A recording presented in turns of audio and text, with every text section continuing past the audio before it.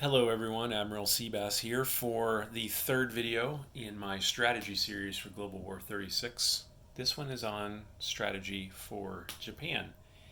As with the other videos, I wanted to start with just a list of the victory objectives, which are on the Japanese national sheet. Let's just go through these briefly. First of all, colonialism. This is work with up to 2 victory objectives, and you get this one if Japan's income, including bonuses, is greater than 50 at the end of the game. So it's got to be at least 51. Pacific security, worth 1. You get this one if you control Midway, Wake, Guam, the Carolina, Marshall Islands, or you have twice the capital ships as the Allies at the end of the game. Third, Asian security, worth 1.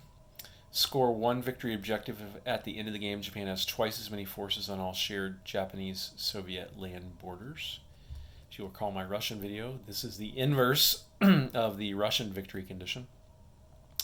Last but not least, raw materials, which is worth 3, and 1 victory objective for each of the following 5 land zones or groups of land zones that Japan possesses at the end of the game: Malay, Hanoi and Saigon, Philippines, Borneo, and Java.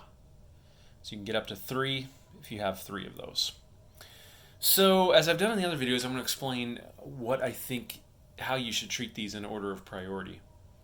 And the first priority for you should be raw materials.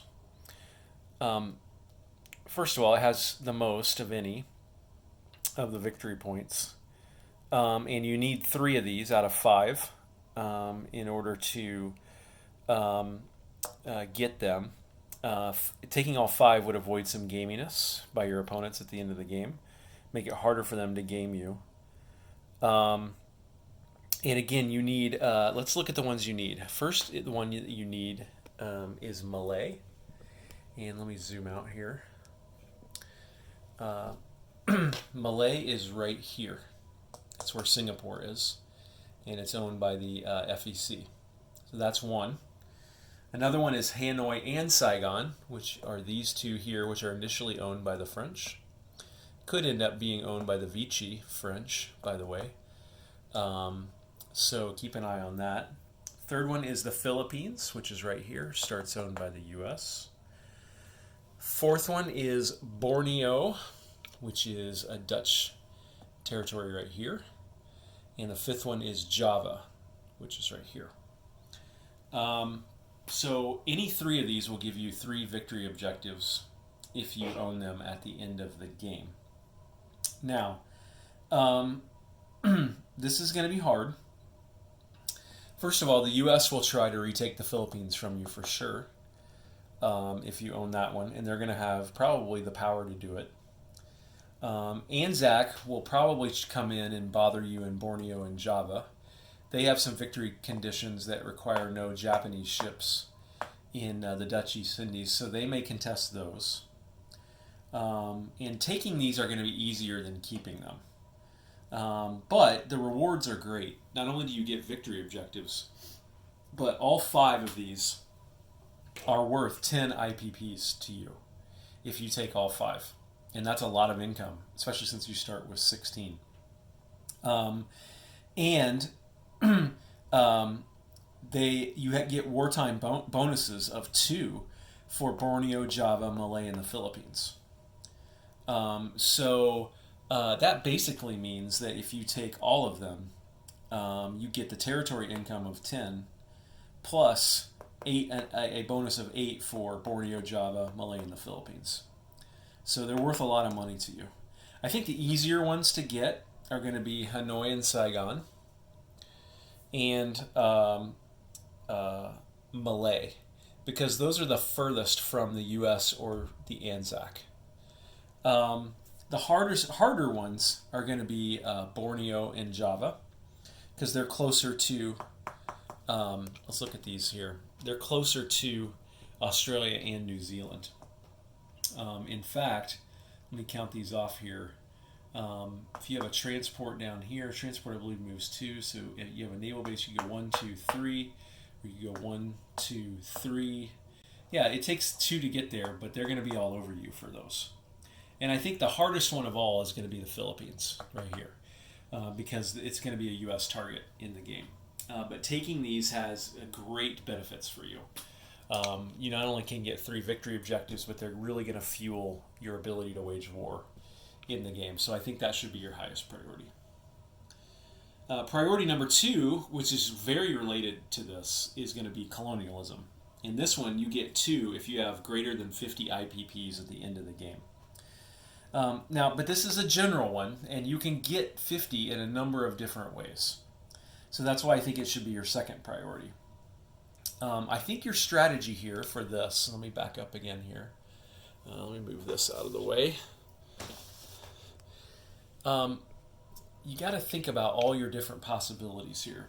To get to 50, you're not only going to have to take all the raw materials targets that we just talked about, so Borneo, Java, Malay, Hanoi and Saigon, and the Philippines, but you're going to have to take a lot of China too up here, especially these coastal provinces of China, which are worth an extra $1 to you if you take them.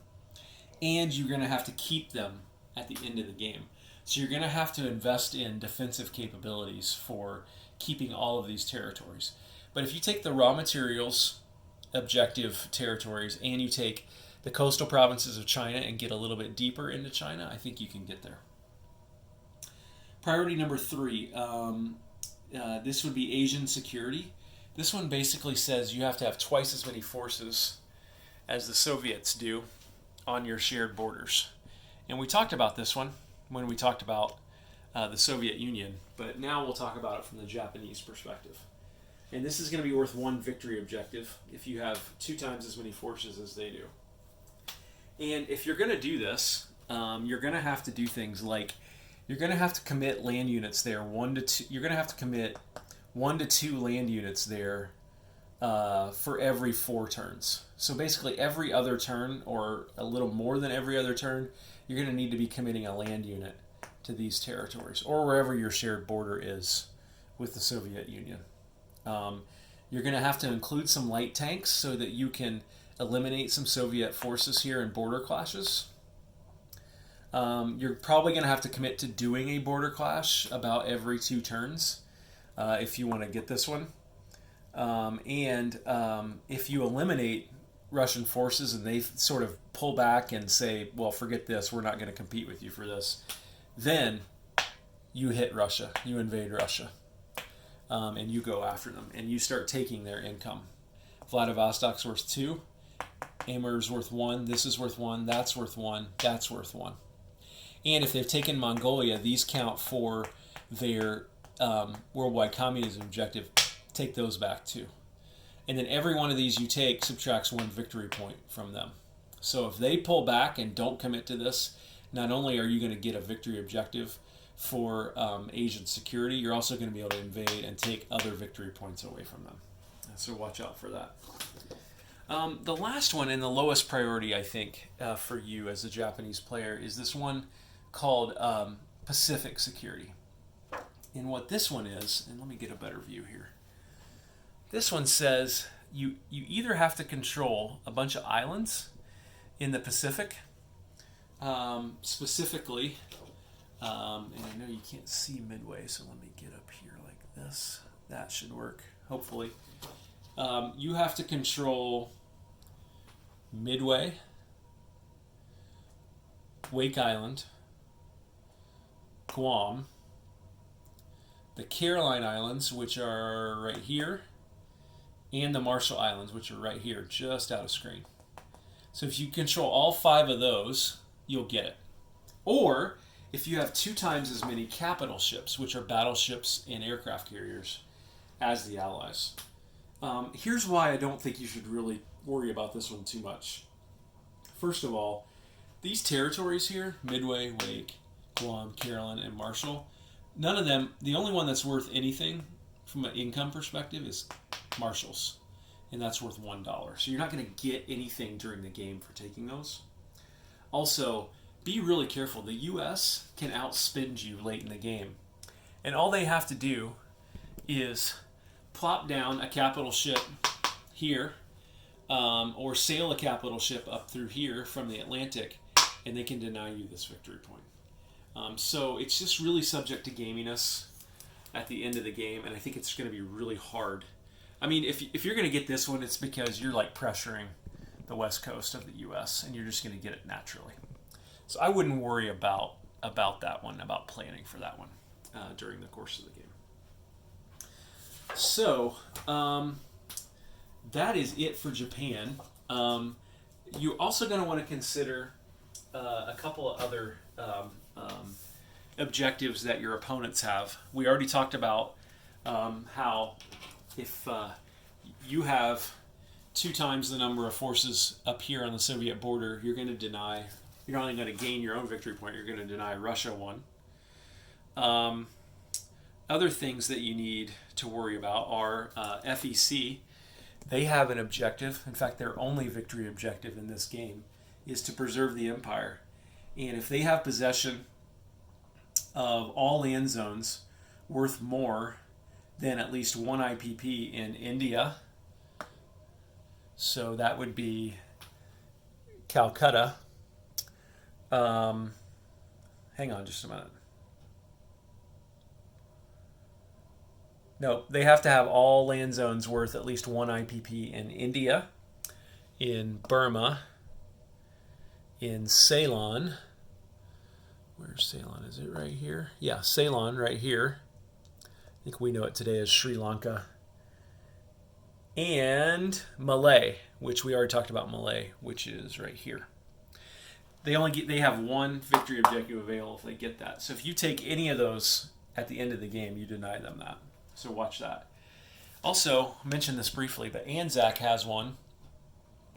Only 1 victory objective, and that says they score a victory objective if there are no enemy troops anywhere in Australia or New Zealand, and there are no enemy warships in or south of the Netherlands East Indies, which would be this sea zone, that one, this one, and this one.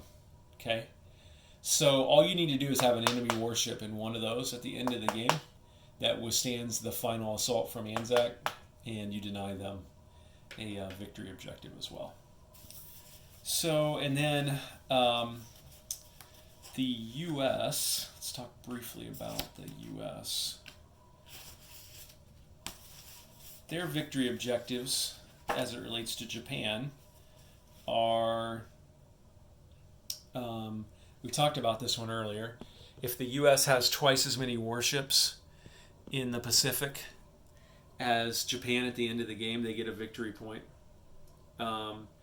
If the U.S. also is in possession of all its original territories as of 1936, it gets a victory point. So that would include Philippines, Guam,